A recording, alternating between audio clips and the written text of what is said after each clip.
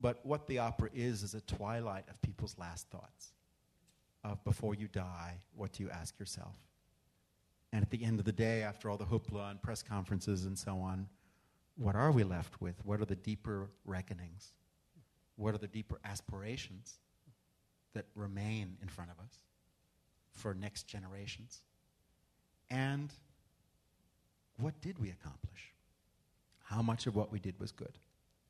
John Adams has done something very beautiful, which is to take the reminiscences of the Chinese and the Americans and weave them into this incredible musical flow for 35 minutes. Mozart made a new step in the history of opera by creating these amazing ensembles. The Act Two of the Marriage of Figaro, where Mozart treated servants and their masters as musical equals. And he created these ensembles where people of different social status actually finally were equal. And I do believe Mozart was writing the soundtrack to the American Revolution, and he did know Benjamin Franklin and Thomas Jefferson.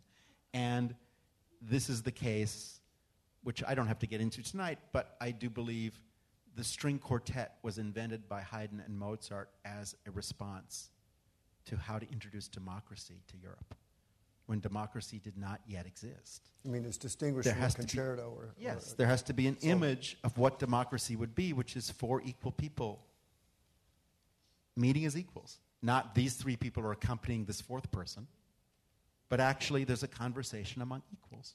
And there was nothing in European art to remotely demonstrate that before.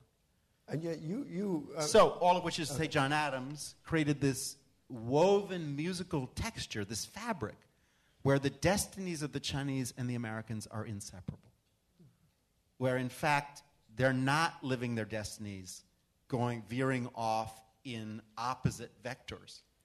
But musically, the same way Mozart wove the musical lines across a class system, John Adams created multiple histories now meeting and intertwining and now no longer being able to be separated from this visit.